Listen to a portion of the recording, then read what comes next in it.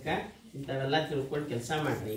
ಏನು ಫಸ್ಟ್ ಸಂಸ್ಕಾರ ಬೇಕು ಮಕ್ಕಳಲ್ಲಿ, ಏನು ನೀಟ್ನೆಸ್ ಇರತಕ್ಕಂಥ ವ್ಯವಸ್ಥೆಗಳು ನೀಟ್ ಇರ್ರಿ, ತಾನೇ ಬರ್ತದೆ. ಅದು ಶಿಸ್ತು ಬರ್ತದೆ, ಶಿಸ್ತಿಂದ ಎಲ್ಲ ಬರ್ತೈತಿ. ನಾವು ಈಗ ಎಷ್ಟು ಶಿಸ್ತು ಇರ್ತೀರಿ ನಿಮ್ಮಿಂದ ಎಲ್ಲ ಬರ್ತೈತಿ.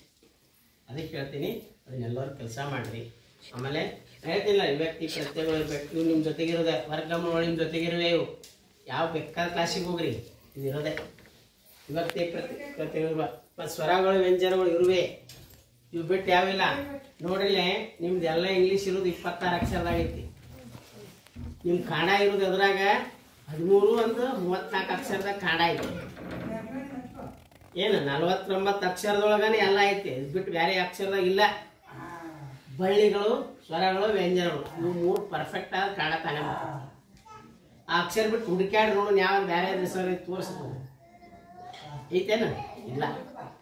ಇಂಗ್ಲೀಷು ನೋಡ್ರಿ ಬೇಕಾದ ನೋಡ್ರಿ. ಇಂಗ್ಲೀಷ್ 26 ಅಕ್ಷರ ಬಿಟ್ಟು ಬೇರೆ ಅಕ್ಷರ ತೋರಿಸ್ರಿ. ಎಲ್ಲಿತ್ತಲ್ಲ ABCD ಏನಾದ್ರು ಬರುತ್ತಿಲ್ಲ ಅವು ಬಿಟ್ಟು ಬೇರೆ ಅಕ್ಷರ ತೋರಿಸ್ರಿ. ಎಲ್ಲಿತ್ತು ಅವೇ ಅದಾವ. ಅದಕ್ಕೆ ಫಸ್ಟ್ ಬೇಸಿಕ್ ಅದು. ನಮಗೆ ನಮ್ಮ ಅಸ್ತಿತ್ವ ಅಂದ್ರೆ ಹೆಂಗೆ ನಮಗೆ ದೇಹಕ್ಕೆ ಗಟ್ಟಿ ಐತೆ, ಅದು ನಮ್ಗೆ ಗಟ್ಟಿ ಆಗೋದು ಇವೇ 26 ಅಕ್ಷರ. ಇಂಗ್ಲೀಷ್ನ ಆಗ್ತದೆ. ಇವು 49 ಅಕ್ಷರಗಳು ಏನದಾವಲ್ಲ, ಸ್ವರಗಳು, ವ್ಯಂಜನಗಳು, ಆಮೇಲೆ ಬಳ್ಳಿಗಳು ಬರ್ತಾವಲ್ಲ, ಇವೇ ನಮ್ಮ ಕನ್ನಡದ ಬುನಾದಿ. ಇದೇ ವಿದ್ಯಾಭ್ಯಾಸ. ಅಭ್ಯಾಸ ತಿಳ್ಕೊಂಡ್ರೆ ಭಾಳ ಈಸಿ ಅದ. ತಿಳ್ಕೊಳಿಕ್ಕಂದ್ರೆ ಏನಪ್ಪ ಅಂತೀವಿ. ಅದಕ್ಕೆ ಹೇಳ್ತೀನಿ ಹಿಂಗೆಲ್ಲ ತಿಳ್ಕೊಂಡು ಕೆಲಸ ಮಾಡಿರಿ, ಓದ್ರಿ.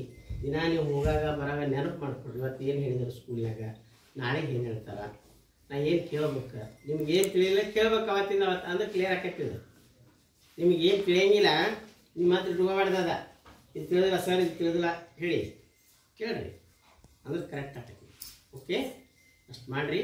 ಏನು ಓಕೆ, ಎಲ್ಲರೂ ಹೆಚ್ಚು ಕಡಿಮೆ ಮಾಡ್ತೀರಿ. ಮಕ್ಕಳ ಎಲ್ಲರದ್ದು ಲಕ್ಷಣ ಐತಿ, ಹಂಗೇನಿಲ್ಲ.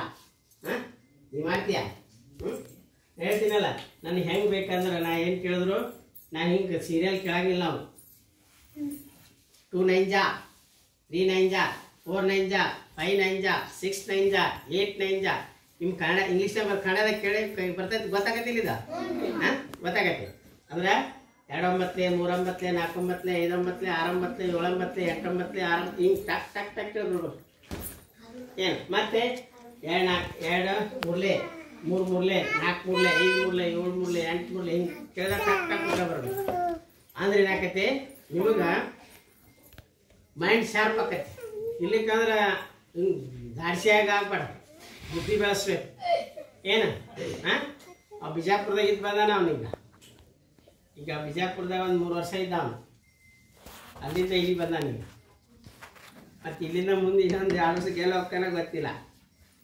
ಅವ ಸ್ಥಿರ ಇಲ್ಲ. ಅವನು ಸ್ಥಿರ ಇರ್ಬೇಕು. ಎಲ್ಲಿದ್ರು ಸ್ಥಿರ ಐತಿ, ಚಂದಾಗಿ ಮಾಡು.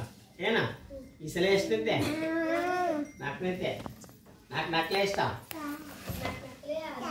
16 5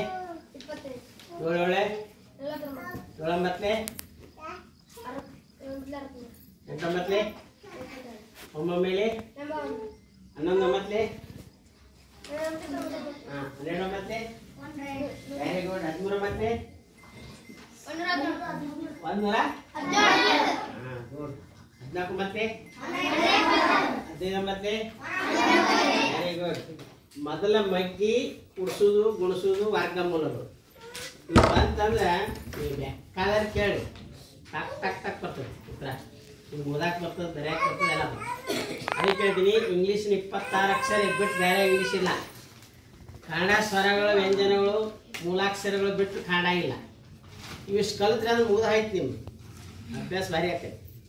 ಈತಿನ ಅಷ್ಟು ಮಾಡಿರಿ. ಏನು ಮತ್ತು ನಾ ಹೇಳ್ತಿಲ್ಲ ಈ ವಿಭಕ್ತಿ ಪ್ರತ್ಯಯಗಳನ್ನು ಕಲಿಬೇಕು. ಕನ್ನಡದೊಳಗೆ ವ್ಯಾಕರಣದೊಳಗೆ ನೋಡಿಲ್ಲ ಸಂಧಿಗಳು, ಆಮೇಲೆ ಈ ವಿಭಕ್ತಿ ಪ್ರತ್ಯಯಗಳು, ಆಮೇಲೆ ಈ ಸ್ವರಗಳು, ವ್ಯಂಜನಾಕ್ಷರಗಳು ಕೇಳ್ತಾರೆ ನಿಮಗೆ ಎಕ್ಸಾಮ್ದಾಗ. ಅದೇ ನವೋದಯ ಕಟ್ರಿ, ಮೊರಾರ್ಜಿ ಕಟ್ರಿ, ಯಾವುದೇ ಎಕ್ಸಾಮ್ ಕಟ್ರಿ